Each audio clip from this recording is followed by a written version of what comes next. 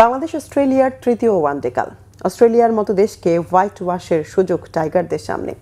Mirpur Sherebangla cricket স্টেডিয়ামে match শুরু হবে সকাল 11টায়। তৃতীয় ওয়ানডেতে দলে নেওয়া হয়েছে অফ স্পিনিং অলরাউন্ডার শেখ মেহেদী হাসানকে।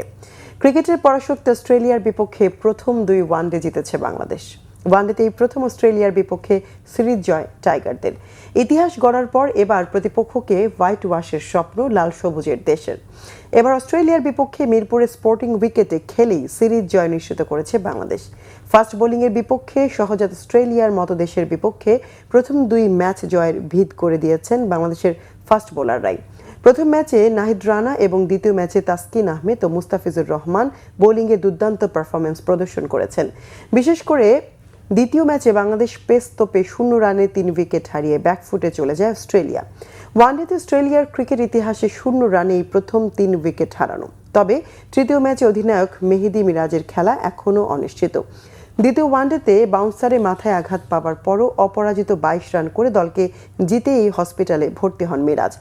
আর তার অবস্থার উন্নতি হলেও তৃতীয় ম্যাচের আগে ফিটনেস টেস্টে নিশ্চিত হবে মিরাজের সেরা একাদশে থাকা। অন্যথায় রিশাদ হোসেন বা শেখ মেহেদী হাসান দুজনের একজন মূল একাদশে খেলতে পারেন।